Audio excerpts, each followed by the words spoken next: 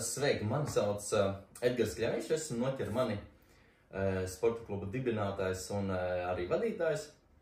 Tas viss projekts sākās 2014. gadā, tad detalizētāk varbūt kādreiz pastāstīšu citurreiz, ja jums tas interesēs, bet doma sekojoša.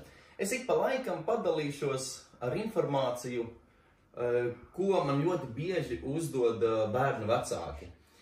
Ja šobrīd apmēram trenēju kādus 200 bērnus, un tie jautājumi ir ļoti daudz līdzīgi, tāpēc jā, es centīšos atbildēt uz jautājumiem, ko es redzu, kas ir aktuāli bērnu vecākiem, reizēm gan par sevi, un lielākoties tomēr par bērniem. Kopumā, caur maniem treniņiem izgājuši ļoti daudz bērni, kas pēc tam laika gaitā ir izvēlējušies citu sporta veidu, kas ir ļoti normāli. Man pamata sporta veids vieglietība. Vieglietība vispār jau fiziskā sagatavotība. Un viens no biežiem jautājumiem bērnu vecākiem ir, kādu sporta veidu bērnam izvēlēties? Kā lai es zinu, uz kuru sporta veidu iet? Protams, kā jau zinām, bieži ir tā, ka, ja pats spēlēs basketbolu, tad gribās savu dēlu vai meitu, īpaši dēlu, sūtīt basketbolā. Bet nevienmēr tā ir pareizā izvēle, vairāk apstākļu dēļ.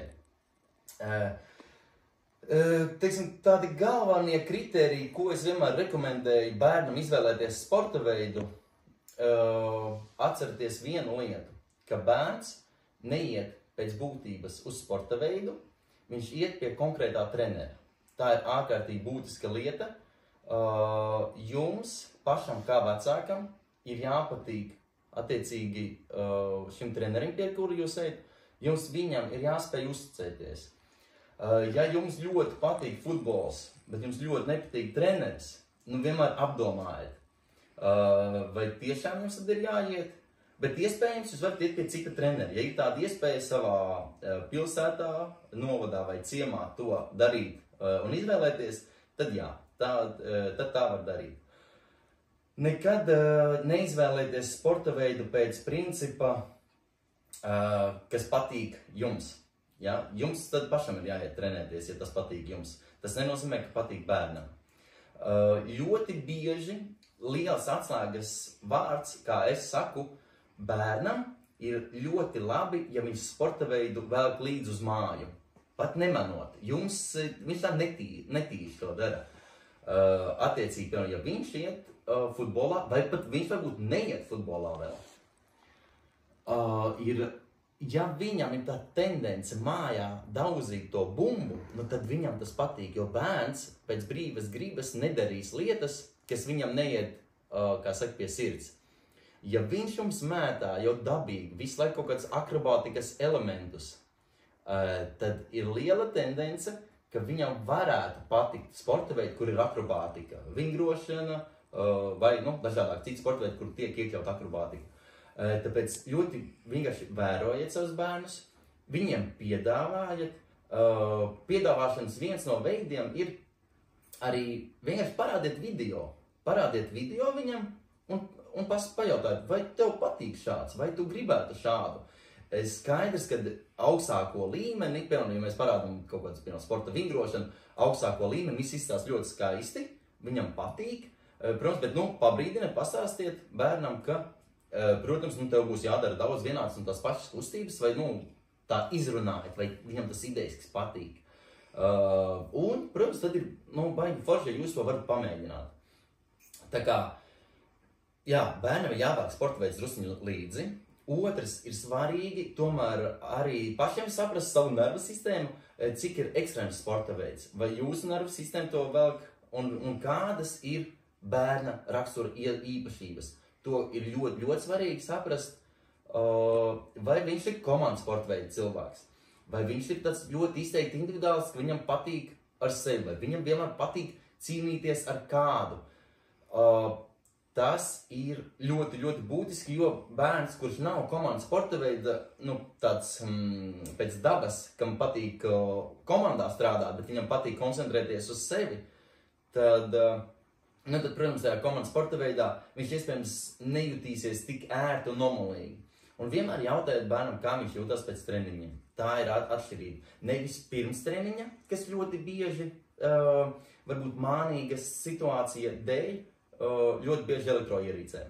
Ja bērns ir aizsēdējis, piemēram, telefonā, viņš kādā brīdī var kļūt tā kā apātisks, un var arī būt tā, ka viņš saprotiet tikai cilvēcīgi viņu. Viņš spēlē savu tur spēlīt vai kaut kādu video klipu skatās, un, protams, ka viņš tajā brīdī grib pabeigt labāk to savu spēlīt vai video noskatīties, nekā iet trenēties.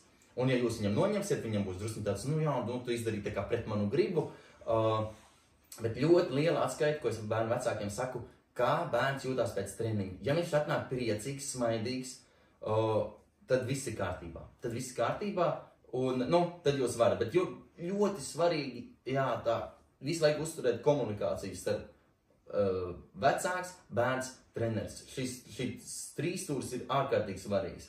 Un to tajā treniņu sporta veidu izvēlē būtu ļoti svarīgi ievērot. Kad jūs varat brīvi komunicēt ar bērnu par sporta veidu, lai viņš spēj pastāstīt ideāli, jā. Protams, atšķirīgi no vecumiem, jā. Man ir arī maziņie, kas, piemēram, ir 2,5 gadi. Protams, ka viņu atskaita būs viņu emocijas. Nekad bērnu nespiežat iet uz treniņiem, ja tā ir histēriska negribēšana. Ja bērns aiz slinkuma negrib reizēm, piemēram, visu laiku viss ir labi, un kaut kādā brītiņā, iespējams, varbūt pavasarī, vai ziemā, kad tā druskuņi mazāk saula, vai tāds nogrums ir iestājies, ok, tā var būt, bet ja bērns negrib histēriski, pretojas iet uz treniņiem, es jums nekad neieteiktu iet, es arī, tiem vecākiem saku, ka es, neņemšu jūs uz treniņiem, jo jūs nezināt, kāpēc. Iespējams, bērni ļoti bieži kautrējas pateikt iemeslu, kāpēc. Es nezinu, viens no iemesliem, viņam var darīt pāri kāds, un treneris to pat var nenojaust. Viņam nesaskan ar treneri, un tā arī var būt. Nav izcilu treneri, kas der visiem. Katram ir sava tā mentalitāte, kas ir nepieciešama. Citam vajag, lai maigāk, citam vajag, lai skarbāk, un viņam tieši nepatīk, ja ir pretējais. Tā kā jā. Un varbūt tā, ka viņam vienkārši pēc būtības nepatīk tā sporta veida specifika. Ja vieglatlētika, viņam viņš nepatīk skriet, viņš vienkārši necieš skriet un viss. Vai peldēšanā viņš necieš ūdeni. Kā viņš var iet uz peldēšanu, ja viņam nepatīk ūdens. Bet, protams, un vēl viens no veidiem, kā izvēlēties, ja nevar saprast un bērnam patīk viss, tad ir veids, viņš pats var pieņemt lēmumu, maksimāli patiesībā ļaujiet, cik var tādā saprāta robežās bērniem ļaut pieņemt lēmumus, jo tā veidojās viņu pašapziņa un tā veidojās viņa izpratne par to, kā pieņemt lēmumu un ka var arī kļūdīties savos lēmumos. Protams, mēs ļaujam bērniem pieņemt lēmumus tur, kur, ja tiks izdarīta kļūda, nebūs smagas sekas. Loģiski mēs neļaujam lodēt vadus un visu kaut ko tādu, kur ir tās sekas ārkārtīgi bīstams. Bet šeit nav nekāda bīstama seka, ja viņš aizies basketbola vietā uz futbolu vai otrādāk. Bet tas no veidiem kā vēl sporta veids, kur bērns var tiešām vispārīgi attīstīties.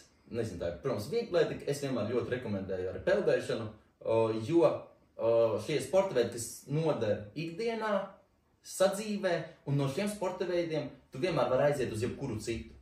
Īpaši jau, piemēram, vieglatlētika. No vieglatlētikas tu vienmēr aizies uz hokeju, futbolu, basketbolu, otrādāk, tā, nevienmēr. Ja ir bērni, protams, un tas ir, protams, grūtāks gadījums, kam nepatīk nekas. Kam vienkārši negribās neko, nepatīk nekas.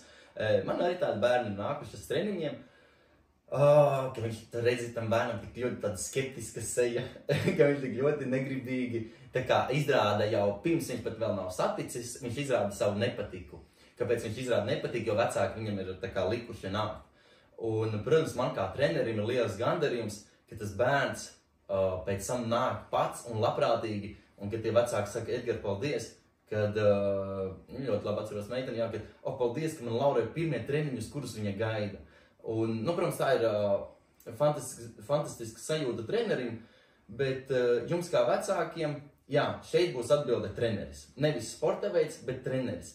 jo viņi īpaši sevišķi lielāki, viņi grib arī sev atrast kā draugus, treneri kā draugu, un mazākiem, un arī lielajiem, un arī mums pieaugušiem ir ārkārtīgi svarīgs aspekts, lai treneris ciena bērnu. Ciena bērnu nevis kā bērnu, bet kā cilvēku, kā personību. Un tas ir ļoti, ļoti jājūt, un tie bērni, kam ļoti bieži nepatīk, iespējams neviens sporta veids, ļoti bieži, protams, tas ir dēļ arī fiziskajām spējām, un līdz ar to viņš vienmēr jūtās tāds, varbūt negribēts un nevajadzīgs tajā kādā kolektīvā, tur futbola grupā vai jebkurā citā sporta veidā. Un tad ir ļoti svarīgi, ka tas bērns, ejot uz jaunu sporta veidu, tiek cienīts. Un viņam patīk, iespējams, tas sporta veids. Nevis tāpēc, ka viņam patīk skriet, lekt un mest, bet viņam patīk tāpēc, ka viņš jūtās tur vajadzīgs, viņš jūtās tur cienīts, un beidzot ir tā vieta, kur viņu iespējams nekritizē un pret viņu izturās cieņpilni un draudzīgi. Un tas ir, protams, mājiens treneriem un pedagogiem. Un, jā, ja ir vēl kādas tēmas jums, jūs droši man varat sūtīt. Es nezinu, vai rakstīt komentāros, kas ir tēmas, kuras jūs gribētu dzirdēt. Es pēc tam tad pastāstīšu arī par citām tēmām, kas man pašam šķiet aktuālas, kuras, nu jā, kā jau es teicu, šo vairāk kā 10 gadu laikā esmu uzklausījis no vecākiem. Un, jā, labprāt padalīšos, palīdzēšu. Un, jā, un tie, kas gaida uz noķermanu treniņiem, tad es varu pateikt, jā, tie, kas gaida jau ilgāk laika, es plānoju attiecīgi kaut kad taisīt jaunas grupas no aprīļa un tā kā uz sadarbību un prieks palīdzēt.